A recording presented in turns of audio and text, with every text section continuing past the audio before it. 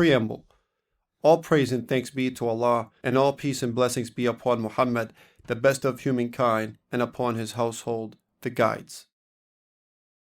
As I wrote down these doctrines, my one and only objective was to record a summary of what I had concluded through my understanding of the Muslim doctrines according to the approach of the household of Prophet Muhammad, Ahlul Bayt.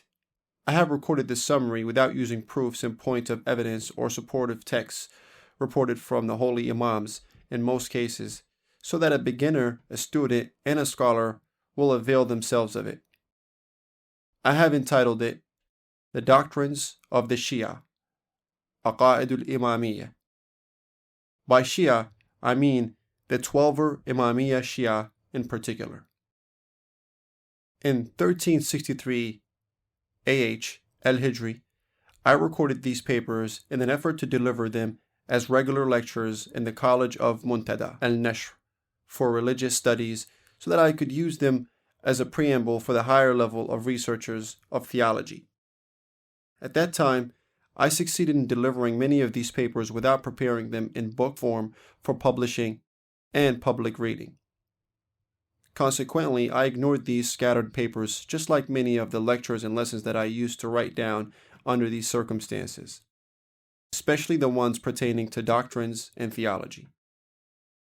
This year, however, after the elapse of 8 years, the noble and virtuous Mr. Muhammad Kazim al-Katibi, may Allah keep him under his custody, awakened my desire to review these papers and compile them as a brief thesis in book form with an attached series and publish them.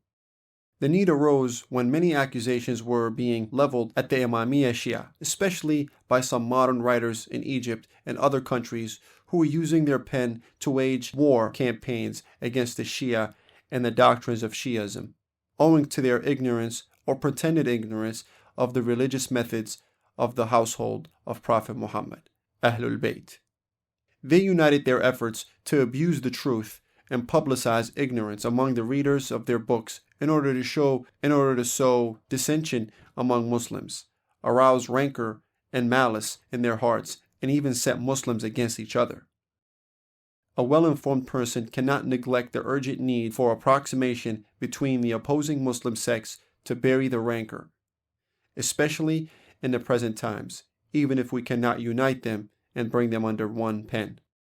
Unfortunately, I have to admit that we will never be able to achieve unity through such modest attempts, which we have already tried with writers like Dr. Ahmed Amin and his group who call for disunity.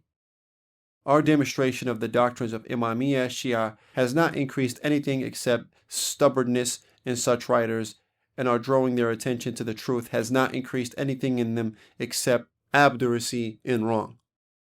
We would not have cared for such people had it not been that we fear that the simple-minded people would be deceived by such offensive attacks and arouse their rancor and malice against their brethren. Whatever the case may be, I only hope that truth seekers would find useful material in this book, and I would thus serve not only Islam, but also entire humanity. I have arranged this thesis in an introduction and a number of chapters, seeking success from none save Almighty Allah.